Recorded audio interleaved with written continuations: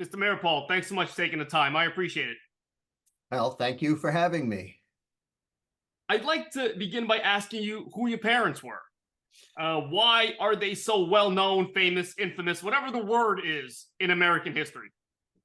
Yes, well, my name is Robert Meeropol, but I was born Robert Rosenberg. I was adopted by Abel and Ann Meeropol when I was 7 years old. After the executions of my parents, Ethel and Julius Rosenberg, who were charged and convicted of conspiracy to commit espionage. That was the technical charge.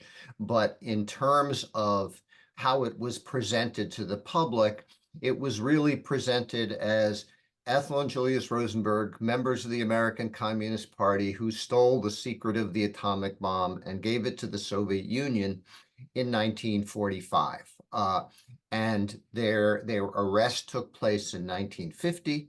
The trial took place in 51, and they were executed on June 19th, 1953, when I was 6 years old.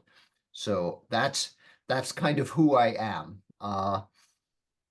And that's why I guess I'm being interviewed.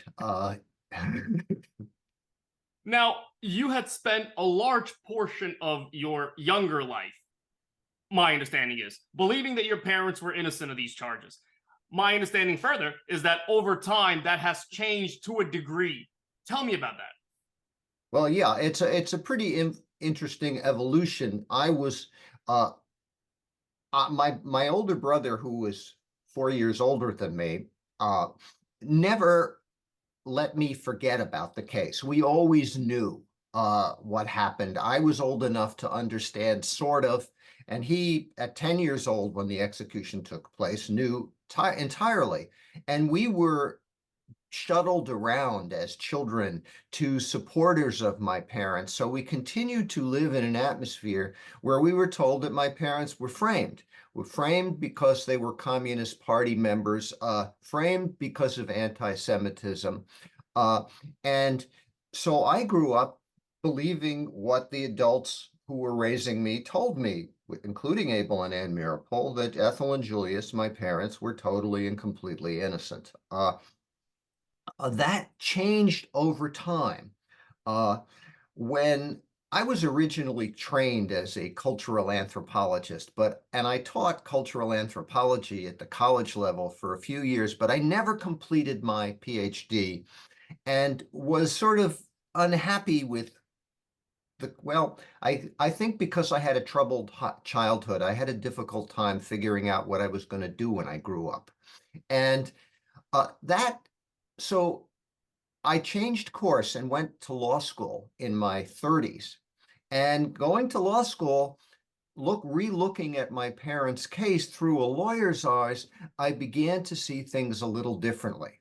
I looked at all the evidence that we had gathered that demonstrated that my parents' trial was unjust and unfair. But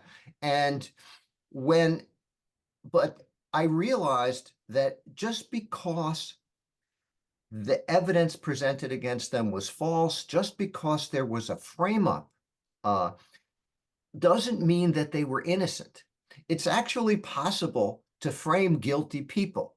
In fact, I think the prime example of that is the O.J. Simpson case, where I think he was guilty, but good defense was able to show that the Los Angeles Police Department fabricated some of the evidence, and that created reasonable doubt. So the jury, I think, correctly found him not guilty, even though he was guilty, because the government or the Los Angeles Police Department and prosecution were trying to convict him on false evidence. Well, I realized the same could have been true in my parents' case. And that started what I called my agnostic phase. I really didn't know. And then in the late 1980s, I graduated law school in 85. In the late 1980s, as the Soviet Union unraveled, evidence began to come out that showed that my father was involved in something.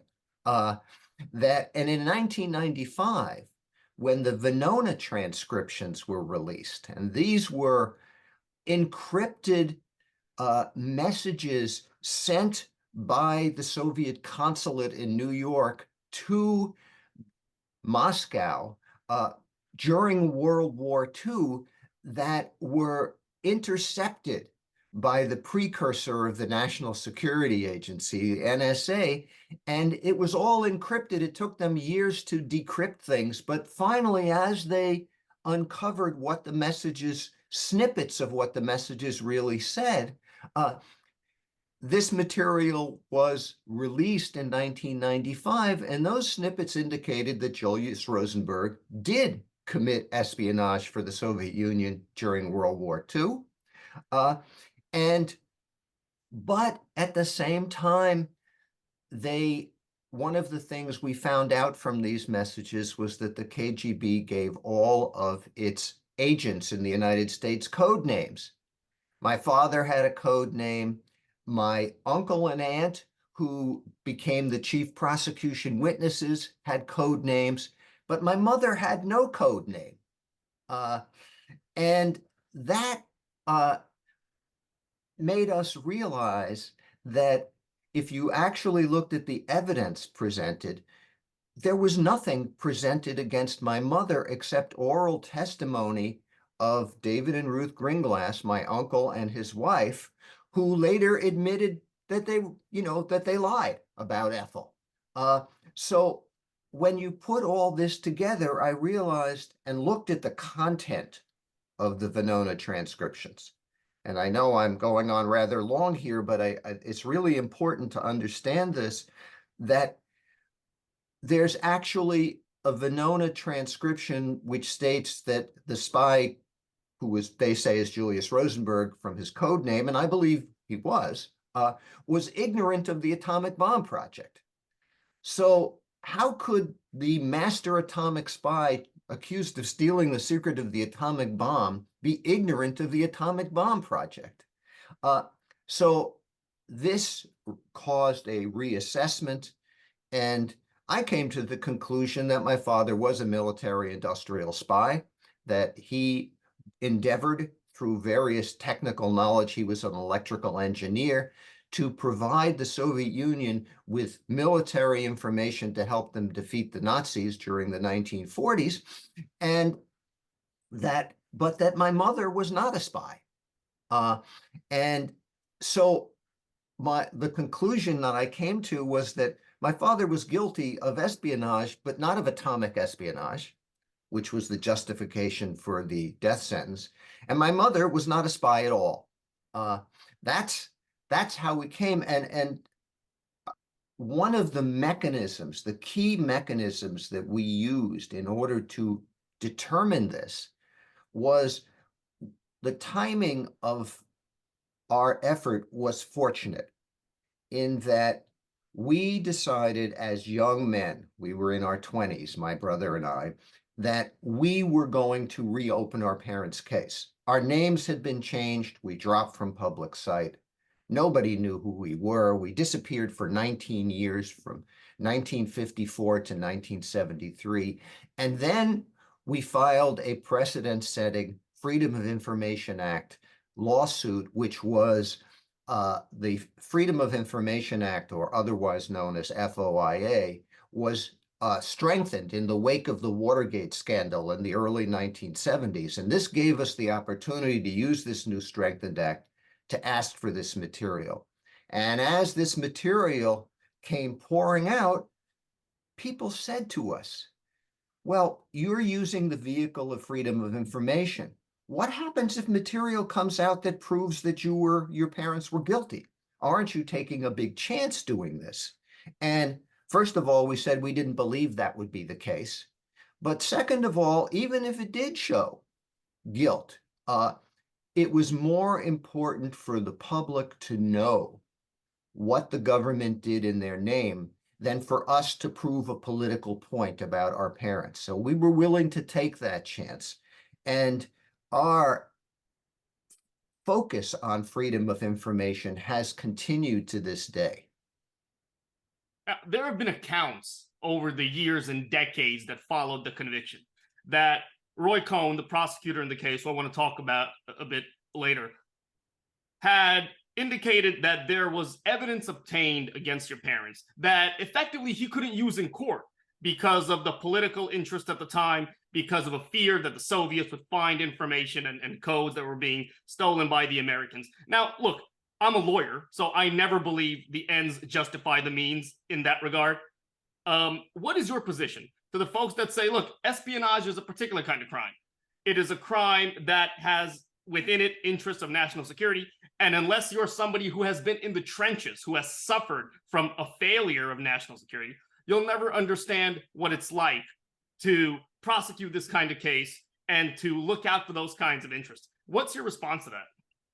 Well, I think that what the most general response is, first of all, we talk about Roy Cohn, who was a prosecutor and was at that, and then very quickly after that became Donald Trump's mentor. What we now know is that Roy Cohn secretly communicated with my parents' trial judge before, during, and after the trial, which is, of course, totally improper. And we have, what's amazing about that is because of our Freedom of Information Act, we have all this information available. That's what's unusual about my parents' case is we have hundreds of thousands of pages of prosecutorial material. So we know both sides of the case. And that is, you usually don't get that. Now, but stepping back, look, there is, and I think this is very important to understand, there is a basic tension between secrecy and democracy. Okay? In fact, they're antithetical because you can't have an effective democracy unless you have an informed public who make their decisions based upon knowing things. And the more secrets the government keeps, the less people can know. So there is that constant tension between security and democracy, and we have to recognize that. And what we find with the claims of national security is some of them, as you described, are perfectly legitimate. Donald Trump giving away the capabilities of our nuclear submarines is a national security issue. The NSA, the National Security Agency's refusal to release their documents to this day related to my mother and their determination of whether or not she was a spy, that's, for a 73-year-old case, that's not a national security issue. So the reality is that these claims are legitimate in some cases and illegitimate in others, and you invoke national security, so you can't tell the difference between the two. And that is antithetical to democracy. So that is something we wrestle with and grapple with all the time. And we discover that the more the government decides to keep secret, the more information that is kept secret has nothing to do with national security and everything to do with embarrassments or corruption of that sort. So that's my answer. Now, just to follow up on that, we are, as you mentioned, so many years removed now from this case. Clearly, there is not as strong, nearly as strong, security interest in maintaining secrecy in these files. You've indicated that, at least you've implied, that there have been difficulties over the years in obtaining this information. Why do you think that is? Well, I think that there's a number of factors. I think when we started our first Freedom of Information Act in the 1970s, there were still people in charge of the files who knew what were in the files. Okay. And so they were fighting because they didn't want the public to know that my parents' trial judge secretly communicated with the prosecution. They didn't want the public to know that when that prosecution witnesses were brought together to iron out discrepancies in their story. They didn't want to know all the things that questioned the prosecution. They didn't want the public to know that. But I think as time went on, when we're talking now today, when we have asked the National Security Agency to release all its files related to Ethel Rosenberg and the use of code names by the KGB, that their statement that it could take them 5 years just to review and determine whether or not they can declassify this material, we think that's absurd. Because this case is so old. So that's where the kind of the change that occurred was initially all these people actually knew what were in the files, but now the custodians of the files are people who were not born in the 1950s. And they don't know what's in there. And I think their main reason for keeping them secret is not necessarily because they're embarrassed by their content, but having to do with bureaucratic prerogative. And this gets to the heart of the issue I was describing before. The bureaucracy feels that they're their files and that they have to control them. And that is antithetical to the basic democratic principle that the files are actually the people's files, and that the people should have the right to know what the government is doing in its name.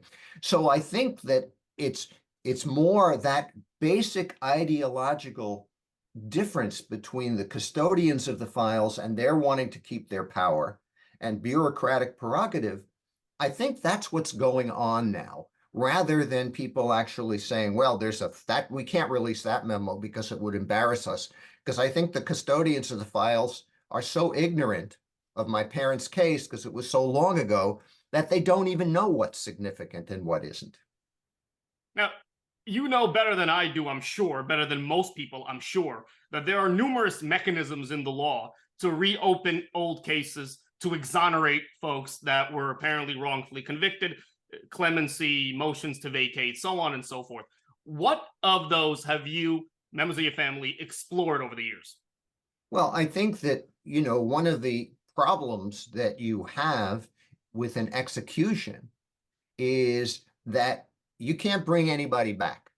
I mean, it's the problem with the death penalty. You can't make a mistake. You can't file a motion to vacate a judgment and actually have it have an impact on someone who's alive. So what we have, and so the typical kind of thing is to go for something like a posthumous pardon. Well, the problem with a pardon is that a pardon is an acceptance of guilt. It implies that you're guilty of something. And we don't think our mother was guilty of anything. And that's why, other than being a wife and supportive of her husband, I mean, I think my mother understood that Julius was engaged in illegal activity, but understanding and even agreeing with his actions is not a crime in our country. You have to actually support them by acting on them. And there's no real evidence that my mother did that. So we have trying to get to the bottom of this and understand my mother's innocence. We can't do a pardon. So that left us with going for an exoneration. Now, an exoneration is not typical. In fact, probably the most famous exoneration occurred through two other political prisoners who were executed in the 1920s in Massachusetts, called Sacco and Vanzetti, that the governor of Massachusetts, 50 years after their death, issued a proclamation declaring that their conviction was wrongful, prejudice, and therefore that it should be the stain of guilt from their personages should be removed, And we used that as a basis to ask President Obama, before he left office in 2017, to do the same thing with my mother. Well, what we were asking him to do was to declare her conviction wrongful, because the only evidence presented against her at trial was by two people who were shown to be perjurers, and the jury never knew that.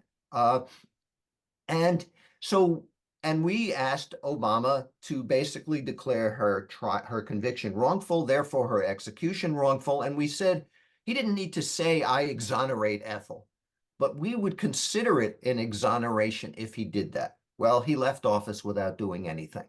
And a lot of that had to do not with the particulars of our request so much as the shock that they had that Trump actually won the election. And they have bigger fish to fry. And now with Biden, and we knew with Trump in office, whose mentor when he was a young man was Roy Cohn, one of the architects of my mother's execution, the man who spoke privately with the judge as a prosecutor before and during and after the trial. And so we knew it was worthless to try to get Trump to do anything. When Biden came into office, we began the process of reinitiating that effort, the same effort we did with Obama. The problem is that Putin then invaded Ukraine. And the fact that Russia today is a very different country from Russia in 1945, but the very fact that my parents were convicted of spying for the Russians and helping them at a time when Russia was once again our main enemy, and the Democratic Party in particular was most focused on that, we knew that Biden did not really have, this was not a good political time for him to issue an exoneration. So we shifted gears and we took a look at how do we gather more ammunition to make our case even stronger than it is. And when the Venona transcripts were released in 1995, there was one tantalizing memo. The NSA said, "We've released all the transcriptions of these secret Russian communications," but they also released one memo, which is curious because a company memo by the chief decryptor, a man by the name of Meredith Gardner, who only died about, sorry about that, who only died about, I don't know, about 10, 15 years ago. He lived till he was 95. And he wrote a tantalizing memo about my mother, in which there's a Venona transcriptions that refers to my mother by her name and says, "Because of delicate health does not work." And Meredith Gardner did an analysis of this, of the Russian words and everything, and he came to the conclusion that it meant that Ethel Rosenberg did not do espionage work, that it wasn't about her earning her daily bread, but she wasn't engaged in secret work. Now, this was just one memo, and he used the word perhaps in the memo. So there's an equivocation there. But it suddenly dawned on us, came out in 95, it suddenly dawned on us after 2020, that, wait a second, there's only one memo? They said they released all the transcripts, but there must be other memos. So in the summer, we shifted gears, and in the summer of 2022, we asked for all the files that the NSA had under its control related to my mother and the use of code names. We made a very specific request. We were told, it took them months to respond. We were told that there were, at the National Archives, because this material is so old, there were 200 boxes that contained between 300,000 and 500,000 pages that could be related to our case. Now, let me make that they're not saying that there's 500,000 pages related to Ethel Rosenberg.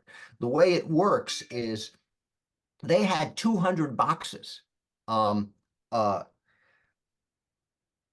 and they might put 5,000 pages in a box. And one of them might refer to my mother. But there's no table of contents, there's no index. And so they said, we're going to have to go through all of these boxes. And it's going to take us up to 5 years to do this, just to find out what's in there that relates to your mother. And then we'll consider declassifying this. Well, I would say information delayed is information denied. I'm 76 years old. My brother is 80. We want this information before we die. And this information is over 70 years old. So what we're saying now is, and we're working with our local congressman, George McGovern, who is the ranking member of the Rules Committee in Congress, to get these to be blanket declassified so that all the material can be released to the public and the public can decide for themselves. And really, there can be no rational reason for keeping them secret. And we're willing to take the chance that something in there is going to show that we're wrong in some way. We don't believe that's the case. We believe there'll be more material in there that will show that the NSA concluded that Ethel was not a spy.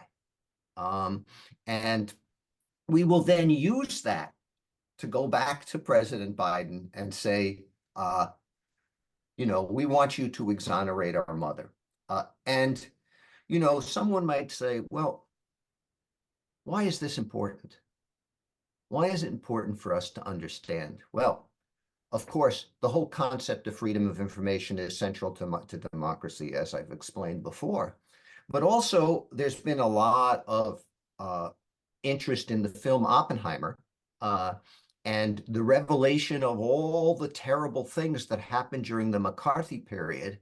And one of the things about the Oppenheimer film is that the only reason they could make that film and have that dramatic ending, I don't want to do spoilers, where it's revealed the vendetta against him, was because this material was all secret.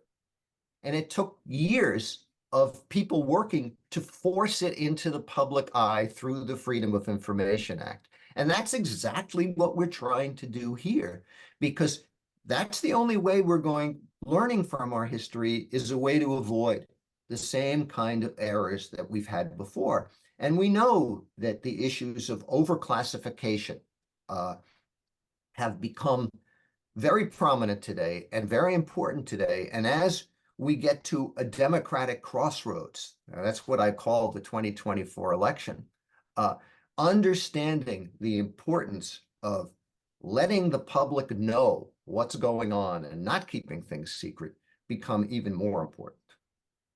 We've been dancing a bit around this Roy Cohn question. There had been, post-Trump's election in 2016, renewed interest gathered as it relates to Roy Cohn and parallels that were drawn, right, between the aggressive posture he took in your parents' case and the aggressive posture he took in the representation of Trump, in the mentorship of Trump over the years. What do you say to those parallels? Well, the parallels are kind of amazing, because what Roy Cohn's MO was essentially, if someone charges you with something, you countercharge them with doing the same thing, only worse. And this is exactly what the MO that Trump has used. Trump has been shown to be essentially a mafioso-like crime family leader, between tax avoidance and various other shenanigans. And what does he do? He turns around and he accuses the Biden family of doing the same thing, only worse. Trump had been accused of molesting teenage girls. Well, what's done? Well, the Democrats are all involved in this Pizzagate thing where there are, they're pedophiles or who eat children in the basements of pizzerias in Washington. I mean, you know, this crazy stuff. But what it is, the MO of it is whatever you're charged with, you charge the other person with doing the exact same thing, even worse. And that's the legacy of Roy Cohn, and that's what we live with to this day. So that is, you know, it kind of amazes me the way my parents' case, which is an old case, reverberates today. Because, you know, you can't, I mean, I'll give you an example of the way these things, it's almost beyond, you know, belief that it's real. That Roy Cohn, who becomes the mentor of Donald Trump, was one of the principal architects of my mother's execution. And then Donald Trump goes to, you know, gets help in being elected by Vladimir Putin, who wants someone who's going to be more sympathetic to Russia to be president. And then Vladimir Putin invades Ukraine, making it more difficult for us to exonerate our mother. And you've come to this full circle. And there are other parallels as well that kind of amaze me. But the point is even though my parents' case is now approaching 75 years old, it is as current as it was the day it happened. Mr. Meeropol, I want to finish up by asking you what you're up to these days, the Rosenberg Fund for Children. What are you doing today to further your parents' cause, to further your efforts, and your work in general? Well, we are working on this freedom of information effort and trying to move forward with this, and hopefully that will lead to another call for exoneration of my mother. That continues. But as I described before, it took me a long time to figure out what I was going to do when I grew up. In fact, it took me until I was 43 years old. I left private legal practice and founded the Rosenberg Fund for Children, a public foundation that provides for the educational and emotional needs of the children of targeted activists in the United States. And these days, there are a lot of them. And if Trump is elected, there are going to be a lot more. But what we do is we raise money and we give it away to people who have been working for one or more of the following principles. All people have equal worth. People are more important than profits. World peace is a necessity, and society must function within ecologically sustainable limits.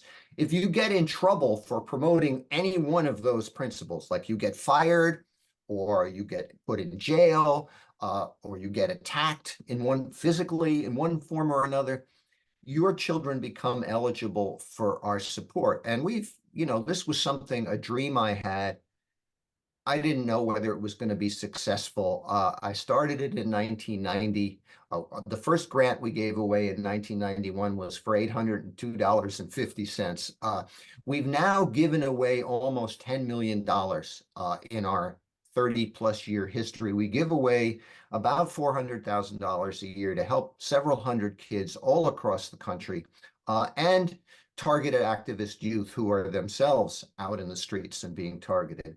So I founded that in 1990. I retired 10 years ago. I'm still on its board of directors. I'm still the treasurer. I still consult with my daughter, who runs the foundation and continues to build it. And we have on our advisory board my other daughter, who is now a senior staff attorney at the National Office of the ACLU. So that continues. We continue this effort in one form or another. And I'm 76 years old, so as a retiree, I also try to take it easy, but sometimes that's difficult. Mr. Meeropol, I appreciate your time. Thank you so much for telling the history behind your parents' prosecution. their plight and your story. Thank you so much. Thank you.